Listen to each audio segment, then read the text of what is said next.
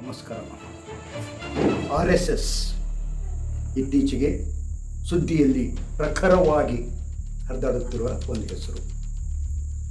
ಸರ್ಕಾರ, ವಿಶೇಷವಾಗಿ ಪ್ರಿಯಾಂಕ ಖರ್ಗೆ ಹಾಗೂ ಸಿದ್ದರಾಮಯ್ಯವರ ಒಂದು ಮುತುವರ್ಜಿಯಿಂದ ಸರ್ಕಾರಿ ಆದೇಶದನ್ವಯ ಈ RSS ಕೆಲವೊಂದು ಚಲನವಲನಗಳನ್ನು, ಅದರ ಮೇಲೆ ಕೆಲವೊಂದು ನಿರ್ಬಂಧಗಳನ್ನು ಹೇರಲಾಗಿದೆ.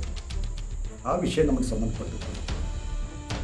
ಆದರೆ ಅದಕ್ಕೆ ಪ್ರತಿಯಾಗಿ ಬಿಜಾಪುರದ MLA ಬಸನಗೌಡ ಪಾಟೀಲ್ ಯತ್ನಾಳ್ ಹಾಗೂ ಶ್ರೀರಾಮ ಸೇನೆಯ ಒಬ್ಬ ಪ್ರಮುಖ ಪ್ರಮೋದ್ ಮುತಾಲಿಕ್ ನಮಾಜನ್ನು ಕೂಡ ಬ್ಯಾನ್ ಮಾಡಬೇಕು ಅಂತ ಒಂದು ಸಮಾಜದಲ್ಲಿ ವಿಷಯ ಬಿತ್ತುವಂತಹ ಕಾರ್ಯ ಮಾಡಿದ್ದಾರೆ.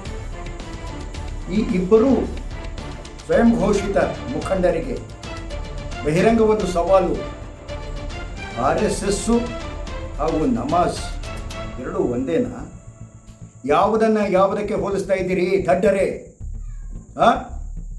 ನಮಾಜ್ ಅನ್ನೋದು ಇಸ್ಲಾಂ ಹುಟ್ಟಿದಾಗಿಂದ ನಡೆದು ಬರುವಂತಹ ಒಂದು ಪ್ರಾರ್ಥನೆಯ ಒಂದು ರೀತಿ. RSS ಬಗ್ಗೆ ಮುಂದಿನ ವಿಡಿಯೋಗಳಲ್ಲಿ ಹೇಳ್ತೇನೆ. ಯಾಕೆ ಇಂಥ ಒಂದು ಕೀಳು ಮಟ್ಟದ ಒಂದು ಸಮಾಜದಲ್ಲಿ ಸಾಮರಸ್ಯವಾಗಿರುವಂಥ ಮನಸ್ಸುಗಳಲ್ಲಿ ವಿಷ ಬಿತ್ತುವಂಥ ಕೆಲಸ ಮಾಡ್ತಾ ಇದ್ರಿ? ನಾಚಿಕೆ ಬರುವುದಿಲ್ಲ? ಬಸನಗೌಡರೇ, ಪ್ರಮೋದ್ ಮುತಾಲಿಕ್ ಅವರೇ, ಅರ್ಥ ಮಾಡ್ಕೊಳ್ಳಿ. ಇದು ನಿಮ್ಮ ಬಗ್ಗೆ ಎಷ್ಟು ತಿರಸ್ಕಾರ ಹುಟ್ಟುತ್ತಿದೆ ಸಮಾಜದಲ್ಲಿ ಅನ್ನೋದು ನಿಮಗೆ ಗೊತ್ತಾಗಲಿ.